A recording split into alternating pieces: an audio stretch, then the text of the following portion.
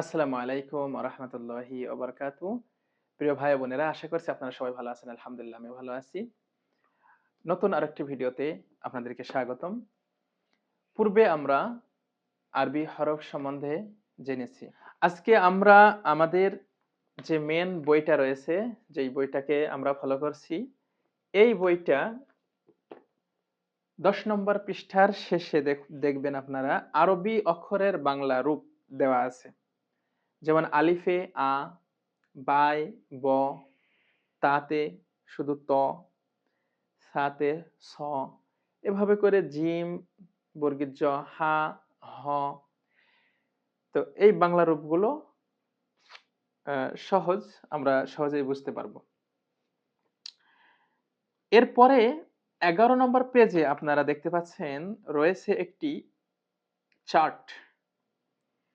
এখানে বলছে নিচের এই চার্টের অক্ষরগুলি তীর চিহ্নিত ৮টি দিক থেকে হারকাত তানবিন দিয়ে এমন করে বানান করে পড়ুন যেন আপনার মুখস্থ হয়ে যায়।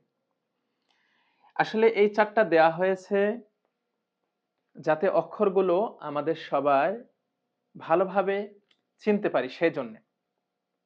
এটা যেহেতু বৈজ্ঞানিক পদ্ধতিতে কোরআন মাজিদ শিক্ষার কায়দা, তাই এখানে সেভাবে সুন্দর করে সাজিয়ে দেয়া হয়েছে যাতে করে প্রত্যেকটা ছাত্রছাত্রী ভালোভাবে অক্ষরগুলো চিনতে পারে। কারণ এটা তো আরবি, যখন তা কোনটা, ইয়া কোনটা যখন যদি গুলাই ফেলে বা মনে না থাকে তাহলে পারে তেলাওয়াত করা সম্ভব না। এই কারণে অক্ষরগুলো নির্ভুলভাবে শিখতে হয়। তো এই চার্টটার উপর আমি পূর্বে কয়েকটা ব্যাচ পড়িয়েছিলাম। সেখানে আমি এই চার্টটার উপরে পরীক্ষা নিয়েছি এবং কয়েকজনকে পুরস্কৃত করেছিলাম। আপনাদের কাছে অনুরোধ থাকবে আপনারা এই চার্টটাতে ভালোভাবে মনোনিবেশ করবেন। তা, ইয়া, মিম, আলিফ, নুন বা লাম, র, এভাবে করে তা, ইয়া, মিম, আলিফ, নুন বা লাম, র, তা, ইয়া, মিম, আলিফ, নুন বা লাম, র, জিম, দাল, হা, ঝা, এভাবে করে বারবার এই লাইনগুলো পড়ে পড়ে আপনারা একটু মুখস্থ করবেন। এতে করে কি হবে, একটা অক্ষর দেখার সাথে সাথে আপনি উচ্চারণ করে ফেলতে পারবেন। এটা তা, এটা ইয়া, ওইটা লম্বা হা, ওইটা এমনি সাধারণ হা, কফ, কাফ, গইন, খ, হা, খ, দাল, জাল সবকিছু আপনারা সহজেই চিনতে পারবেন। এজন্য এখানে এই চার্টটা দেওয়া হয়েছে। এরপরে রয়েছে আমাদের আসল পড়া, যেটা আমরা এখানে লিখেছি যে বিপজ্জনক অক্ষর সমূহ।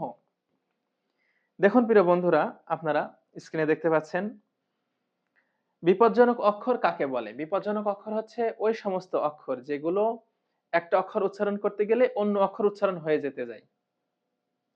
যেমন হামজা, আইন, ইয়া। হামজা জবর আ, আইন জবর আ, ইয়া জবর আ, এভাবে যদি আমরা বলি তাহলে তিনটা অক্ষর উচ্চারণ করে শুধু আমরা আই বললাম, তাহলে পরে তো ভুল হয়ে গেল না? তিনটা অক্ষর তিন রকম হওয়া লাগবে। এই কারণে এই তিনটা অক্ষরকে বিপজ্জনক অক্ষর হিসেবে এখানে দেখানো হচ্ছে। এইভাবে করে বিপজ্জনক অক্ষর অনেকগুলো রয়েছে। হামজা জবর আ, হামজা হলকের শুরু হতে শক্তভাবে আদায় হবে। আইন জবর আ, আইন হলকের মধ্য হতে গলা চিপে আদায় হবে। ইয়া জবর ইয়া, ইয়া জিহ্বার মাঝখান থেকে নরম ভাবে আদায় হবে। প্রত্যেকটা অক্ষরের উচ্চারণ যদি আমরা ভালোভাবে শিখি তাহলে পারে এই বিপজ্জনক অক্ষরগুলো আমাদের কাছে সহজ হয়ে যাবে। এইভাবে করে বিপজ্জনক অক্ষর আরো অনেক রয়েছে। তা রয়েছে, ত রয়েছে, এরপরে বা রয়েছে, ওয়া রয়েছে, সা, সিন, সদ। দেখুন সা জিহ্বার আগা হাতে নরম ভাবে আদায় হবে। সা, সার, কাল, কাউ, স্যার, স্যার। সিন সামনে নিচু দাঁতের আগা থেকে শীর্ষসহ পাতলা। সা, সি, সু শীর্ষসহ পাতলা। আবার সিন, সদ এগুলো শীর্ষসহ কেন? এগুলো আবার সফিরার হরফ।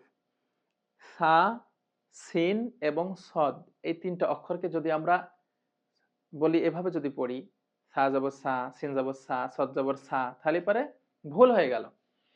ওই ভুল যেন না হয় এই কারণে বিপজ্জনক অক্ষর হিসাবে এগুলোকে দেখানো হয়েছে, যাতে আমরা সতর্কতার সাথে এই অক্ষরগুলোকে উচ্চারণ করি। প্রিয় বন্ধুগণ, আশা করছি আপনারা বুঝতে পেরেছেন বিপজ্জনক অক্ষরগুলো। এগুলো সব আলাদা আলাদা উচ্চারণ আমাদেরকে করতে হবে। হা, লম্বা হা উচ্চারণে গলায় শ শব্দ হয়। হা, হি, হু। আর অন্য যে হাটা সাধারণ হা, এটা হচ্ছে হা হি হু। এভাবে করে প্রত্যেকটা দা দি দু দ দি দু জ জি জু, এই যে এখানে অক্ষরগুলো আমাদেরকে বারবার চর্চা করে অনুশীলন করতে হবে। প্রিয় বন্ধুগণ, 12 নম্বর পেজে রয়েছে হারকাত এবং তানবিনের ব্যবহার। দেখুন, এখানে বলছে বানান সহ এবং বানান ছাড়া উভয়, দুই ভাবে আমরা পড়ব। আমরা যেহেতু এখন প্রথম শিখছি, তাহলে আমরা এভাবে পড়বো: হামজা জবর আ, হা জবর হা, দাল দুই পেশ দুন, আহা দুন, ফা জবর ফা, তা জের তি, মিম জবর মা, ফাতিমা। এভাবে আস্তে আস্তে বানান করে করে আমরা পড়লাম। 2-3 বার বানান করে পড়ার পর আমরা চেষ্টা করব বানান ছাড়া পড়তে। হাসিনা, সাবুর, খদিজা, খলিদুন, হালিমা।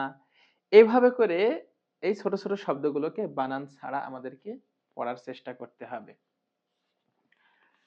13 নম্বর পেজে রয়েছে সাকিন এবং তাসদিদের ব্যবহার, বানান সহ এবং বানান ছাড়া।